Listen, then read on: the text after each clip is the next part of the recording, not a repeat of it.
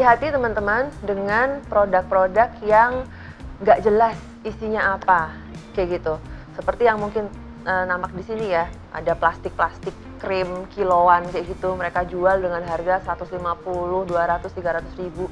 Itu nanti mereka akan pot-potin kecil-kecil kayak gini. Nah, mereka pindahin ke pot kecil-kecil kemudian dijual gitu. Ini banyak banget di marketplace, kemudian di media sosial, banyak banget yang jual seperti ini gitu. Teman-teman harus tanyakan apakah memang mereka ini terregistrasi di BPOM. Biasanya sih enggak. Mereka akan kasih iming-iming testimoni, tapi ketika ditanya ada nggak nomor BPOM-nya, mereka biasanya nggak bisa jawab. Kalau memang nggak ada nomor BPOM-nya, lebih baik nggak usah dipakai. Karena syarat tadi untuk yang dijual bebas itu harus terregistrasi BPOM. Itu aturannya begitu, aturan yang bilang ya, bukan saya yang bilang gitu. Jadi aturannya memang begitu. BPOM mengeluarkan aturan untuk melindungi kita, konsumen gitu ya. Oke. Ini banyak banget, teman-teman juga pasti pernah melihat seperti ini. Dia satu paket gitu ya, ada 2 krim, kemudian ada 2 botol. Ini sering banget nih. Dan mereka kasih tunjuk fotokopian katanya hasil lab. Yang mana hasil lab ini nggak tahu nih hasil lab beneran apa hasil lab ngarang-ngarang, kita nggak pernah tahu gitu. Jangan pernah beli yang seperti ini karena nggak jelas. Nggak jelas isinya apa, ya kan? Dan jelas dia tidak terregistrasi di BPOM. Nggak ada yang tanggung jawab kalau terjadi sesuatu di kulit kita setelah kita menggunakan produk-produk seperti ini. Oke. Kemudian gimana dengan krim racikan dokter gitu ya? Itu kan nggak ada nomor BPOM-nya. Aturannya berbeda.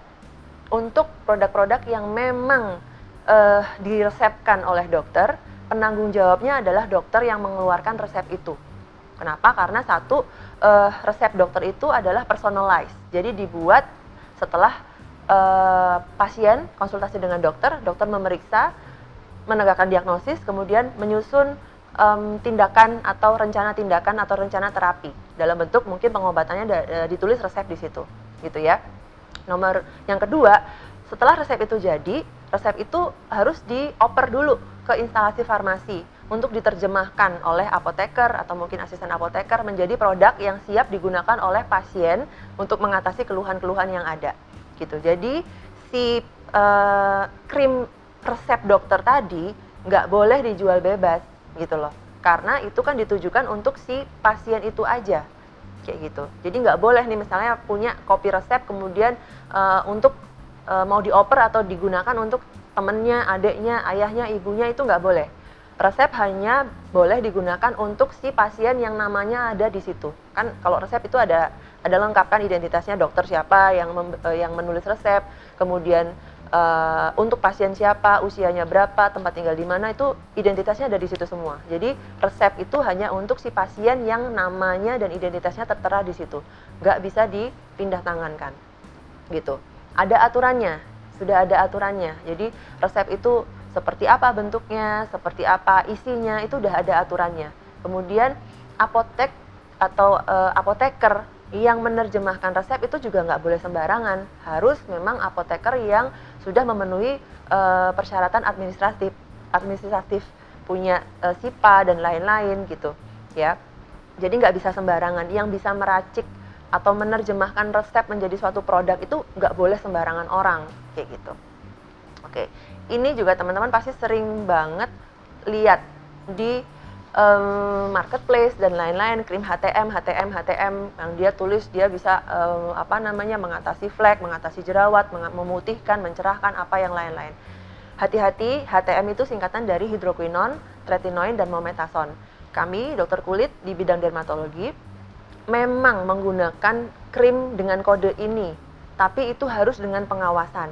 Ini krim yang digunakan untuk mengatasi keluhan atau gangguan kulit yang namanya melasma atau flek lah, kayak gitu.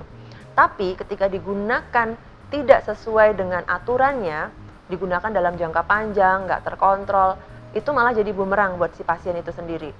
Fleknya bukannya malah makin lama makin sembuh, tapi malah bisa makin menghitam, menjadi suatu kondisi yang kita sebut sebagai okronosis.